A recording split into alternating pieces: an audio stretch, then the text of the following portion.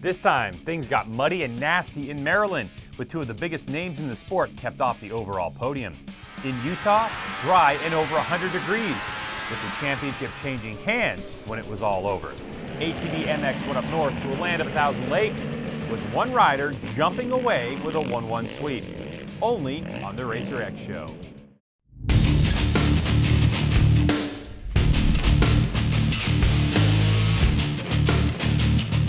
Welcome to the last day of June 2015. Wow, already. Thanks for checking us out. This is the Racer X Show. I'm Greg, and we're going to update you on what happened in MotoGP, plus some ISDE fundraising news. So here we go. The Racer X Show with Greg White is being presented by Acerbis, Soul and Passion, and by Yoshimura, the leader in performance exhausts. Let's start the show off with the motocross segment presented by Acerbis, and a very interesting day for the Lucas Oil Pro Motocross Championship. We expected heavy rain for Saturday's races. What we got was some overnight and in the morning, so the track was muddy. It sprinkled throughout the day until the heavy stuff hit just before the final moto, 450 Moto 2. After a 2-hour delay, we went racing. Here's Jason Wygant and Grant Langston with the full story. About a half hour south of Washington, D.C., we are in southern Maryland for the Geico Motorcycle Budds Creek National, the halfway point of the Lucas Oil Pro Motocross Championship, sanctioned by AMA Pro Racing. Under very bizarre circumstances, here's your Lucas Oil race recap. 250 Moto 1 at Budds Creek. The conditions immediately claiming riders, the 157 Aaron Plessinger and a bunch of others down. Plessinger would not finish this one.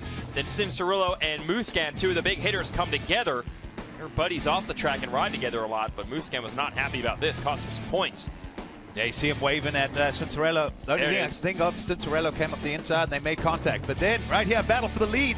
Martin against Martin, Jeremy and Alex. J-Mart takes the lead from his brother, keeping those goggles on, really helping with vision. You see Alex having to back off, avoid the roost, and then right here, we're not sure what happened. I think just an innocent stall, but just enough to allow his brother to get through. And he kept looking over saying, is that really Jeremy? Is that the leader? Is he done? Yes, he was. Jeremy second, and for the first time ever for him and his team. Martin, as he's figured, finished second and first. Osborne holds on for another podium. Musquin salvages seventh. In this final 250 moto of the day, it was crazy. Adam Cianciarulo here in the green, number 50, grabs the whole shot. Yeah, the track is messy. You can see the mud starts flying. A couple riders went down. Marvin Musquin on the 25 gets to second, putting some heat on AC, and then Adam dumps it and allows Musquin to take the lead away. Cianciarulo had a bad lap after that, and that would allow Jeremy Martin to catch him. But then Martin would make some mistakes and go backwards. Through all this, Musquin pulls away, wins the moto, but he finished 7th in the first moto earlier in the day. So you're figuring no chance he's going to win the overall, but everyone else had problems. Jeremy Martin slipped back to 6th. Alex Martin finished 7th. And you add that all up, that makes Musquin today's winner with a 7th and a 1st. That was the best overall combined score. Cianciarulo finishes 2nd. Alex 2nd overall, so close. Here's your overall results. How about that? Who would have thought it would come down to 7th? But that's what happens in these mud races. 7-1 for the overall, and Jeremy not quite able to get up there, but still a good solid points day. Here's your race recap from the first 450 moto here today at Budds Creek. Ken Roczen, aggressive move here. Had to get around Christophe Pourcel because he wanted to run with Ryan Dungey, who is leading this thing right from the start. But what's surprising is late in the race, Roczen having his troubles, and Pourcel would repass him with about 2 laps to go, take second place away. That was really committed right there. Just grabbed a handful down the hill, got to the inside, made the pass. But for Roczen, his troubles would continue. Now you see Bosch and Baggett lining up. And look at this, just a power slide up the inside in the mud. Bam Bam gets it through. And Baggett also behind Roczen would make the pass, pushing the champ from 2nd to 5th. And through it all, Ryan Dungey led every single inch of it. Motorsport.com whole shot all the way through to the checkered flag. Here are your results from this moto. We mentioned that Pourcel and Barcia pushed, and Baggett pushed Roczen to 5th. Tickle, his teammate, holds on for 6th. Anderson, not a good start, ends up 7th. Will Hahn in the top 10 again. And Brayton wins that battle with Pike to finish 9th. They didn't even think they'd get this race in. At one point, it was so muddy and rainy. Skies cleared, we went for it, and yeah, there was still some mud out there, but this is typical motocross. Justin Barcia to the early lead. Ryan Dungey in second, throws it away, did not get over that first jump. Jesse Wetland plows into him, and Dungey had his work cut out for him from there, coming from about last in about the worst conditions to do it. He would finish 12th. Barcia wins the moto, and with it, the overall for the day. He had a third in the first moto, and yeah, he can roost everyone involved with that team. They will wear that mud proudly. They probably won't even clean themselves off. They are so happy to get this victory. First win of the year for them. Here are your overall results. Porcel second, Baggett third. Here's the points. I cannot believe this. Through all the drama, Dungey and Roczen each scored 34 points today. No change in the standings. Barcia, though, up to third. I have to send a huge shout out to the fans who stuck around post massive thunderstorm and tornadoes in the area thing. When things calm down a bit, stuff like this happened. Oh my God.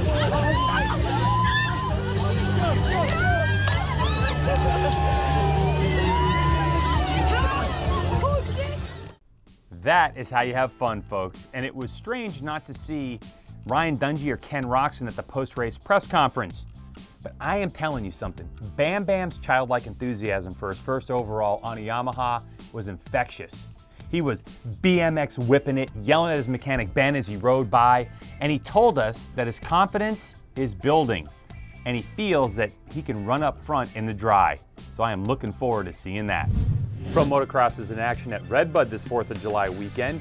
Check out the coverage live Moto 1 on MAV TV. That coverage begins at 1 p.m. East. That runs for 2 hours. Then on the big NBC network beginning at 4 p.m., we'll have 2 hours of live second moto coverage. Make sure you set your DVR if you're out watching fireworks. Want a new 450? Make sure you're entered for this chance of a lifetime. You can win a brand new 2015 450 motocross bike of your choice from Honda, Husqvarna, Kawasaki, KTM, Suzuki, or Yamaha. And all the proceeds go towards funding the Asterix Mobile Medical Center. How? Easy. Head to win450.com and you can purchase as many raffle tickets as you'd like before August 21st and sit back and wait for the winner to be chosen on August 22nd at the Bud Light Ironman National in Crawfordsville, Indiana. It's as easy as that. The winner doesn't need to be present to claim their prize and will be contacted shortly after the announcement to choose their preferred brand. What are you waiting for? Get your tickets now at win450.com. and help support the Asterix Mobile Medical Center today. And that's our motocross segment presented by Acerbis.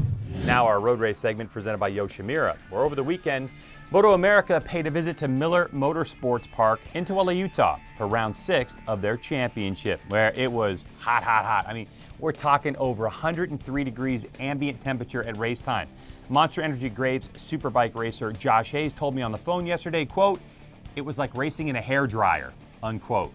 And how would that affect racing? Well, this is why we do the highlights, folks. Once Superbike Race 1 got going, it took a few laps to sort things out. At the sharp end, we had 2 powerhouse teams out front. The likes of number 1 Hayes, number 6 Cameron Beaubier, Hayes' teammate, and the Yoshimura Suzuki duo of number 95 Roger Hayden and number 85 Jake Lewis. For Hayden, his bike was just not feeling right, and he eventually faded back to third. After this pass from Beaubier, the Californian would set after Hayes for the number 1 spot. The teammates would be this close for the rest of the race and pass and repass each other until the final lap. Turn 5, Hayes grabs the binders late and forced himself on pass. Cam might have had a shot, but the strongest part of the track for Hayes, the final turn. The champ got the drive and the race 1 victory. Lewis, still working hard in his rookie season, finished ahead of KTM HMC's Chris Fillmore on an aging RC8. But Hayes, closing the points gap, is happy. It's an easier race to lose than it is to win. So I had to do everything right on the last lap, and it's really a bit of a roll of the dice, you know, and I think that the next race will be a lot of the same. It's going to be both of us up there and kind of playing cat and mouse and see who can make the right move on the right lap and pull out a win. After race 1, Roger's Yoshimura crew found something not right in the shock. They fixed it and Roger was right in the fight. And up front, it was number 1 and number 95 that would go after it for some of the race. But after this draft and pass, it was all Hayes. Hayden was experiencing some power loss. The heat, no doubt the culprit. The new Yamaha R1s have liquid and oil coolers that help keep things nice and right in the motor. When the flag flew, it was all Josh Hayes. Beaubier reduced the damage done by Hayes' double win with a second place. As for the points, while Hayes takes over from his young teammate, the crafty veteran just playing his game right now. 3 rounds to go. Make sure you check out the 1-hour highlight show on CBS Sports Network Sunday. Coverage begins at 6 p.m. East. That's 5 p.m. for you folks in Chicago. MotoGP had their traditional race in Holland at the Assen circuit over the weekend, and what we saw was awesome. First off, number 46 Valentino Rossi put his Movistar Yamaha on pole, his first since Valencia last season. The 9-times champ battled it out until the final set of corners with reigning champ Repsol Honda's Marc Marquez. In the final chicane, the two came together as Marquez was trying to grab the lead. It forced Rossi to the gravel trap, where he stood it up and pinned it. He made it to the line first for the win and 25 points. Rossi's teammate Lorenzo finished third. That further extended Rossi's points lead, which is still a very slim 10. Get onto MotoGP.com to check out the video. It was so sick. And that is our road race segment presented by Yoshimura. And now for 4 wheels and the Mountain Dew ATV Motocross National Championship. Can you believe it? We're 3/4 of the way through the season. Stop number 7 of 10 paid a visit to Spring Creek MX Park in Millville, Minnesota, where we're waiting to see if the likes of Joel Hetrick, Thomas Brown, Josh Upperman, Jeffrey Rastrelli, heck, anyone at this point, can stop the freight train that is Chad Wienen. To the action we go. Now, Spring Creek is famous for its rough and physically demanding layout with such notorious obstacles as the sand whoops. These lap after lap challenges took a toll on the entire AMA Pro ATV field and ended up claiming championship contender Joel Hetrick with a big crash in practice that left the Hetrick Racing Corrosion Specialties rider battered and bruised for the motos. But that didn't stop the 88 from grabbing the SSI decals hole shot when the gate dropped for moto number 1. But Hetrick's lead wouldn't last long as Wienen Motorsport Maxxis Tires Chad Wienen took advantage of a strong start of his own to move into first on the opening lap and quickly establish a multi-second lead. Now, Hetrick tried to keep pace but was unable to keep Wienen close, allowing the defending champ to cruise to his 4th moto win of the season by just over 14 seconds. In Moto 2, Hetrick showcased his toughness and resiliency yet again, jumping out to another hole shot. But as was the case in the first moto, Hetrick's early lead was short-lived as Wienen got another great start and got around Hetrick on the opening lap. Hetrick again did his best to keep Wienen in sight, but the Yamaha rider was on a mission and marched his way to another dominant moto win by over 15 seconds.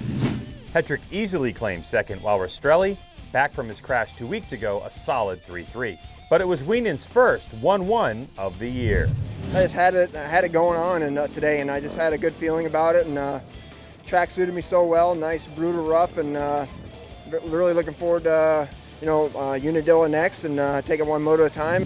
Wienen's domination moves him 21 points ahead of Hetrick with only 3 rounds remaining. Someone better step it up or Wienen's gonna take his 4th.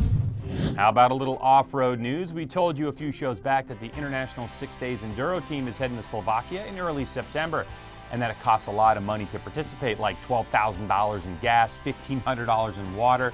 Most riders pay their own way to attend. Well, on June 19th, just before last week's GNCC at Snowshoe, there was a fundraiser for the team. Here's a little video about that.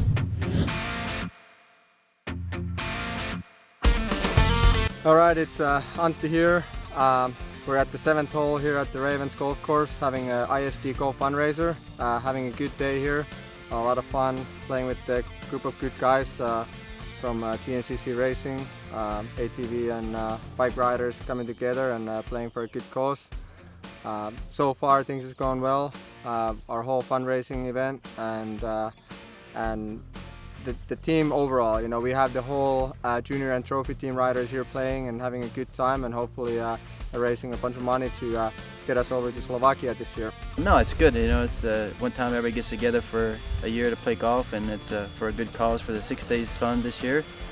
And I'm excited to be a part of that for sure. It's one of the greatest races I do all year, and looking forward to this year doing it in Slovakia. The results? Well, for the golf team's perspective anyway, Caleb Russell and his pops Jeff, along with John Henry and Scott Kiger from Coastal Drilling, won the overall. Kiger's Coastal Drilling will be the primary sponsor for the team, which is great news. and the golf outing raised around $33,000 for the team. But you can also help in the fundraising. If you go to the ISTE page on AmericanMotorcyclist.com, you can buy a t-shirt with all the proceeds going to support the team. So be a part of what might be the winning nation's team. It's our nation's birthday this weekend, so go watch some racing. Pro Motocross is only an hour and a half from Chicago, 2.5 hours from Indy, 3 hours from Detroit. Redbud is the spot. And on the way south side of Illinois, AMA Pro Flat Track stops in DuQuoin at the State Fairgrounds in the evening. Great racing there. The WMX Series sticks around Redbud for Sunday's racing. You won't want to miss that. So go out and have some fun watching motorcycle racing. The Racer X Show with Greg White is being presented by Acerbis, Soul and Passion, and by Yoshimura, the leader in performance exhausts. That's it for us this time. We hope you enjoyed it. Share this video with everyone you know and don't know. And go buy the ISTE t-shirt for yourself and your friends. It's always good to give. Okay, that's it for the fine crew here at the Racer X Show and Racer TV. I'm Greg. We thank you for watching, and make sure you keep it locked here all the time because we are all racing all the time. Happy birthday, United States. Bye-bye.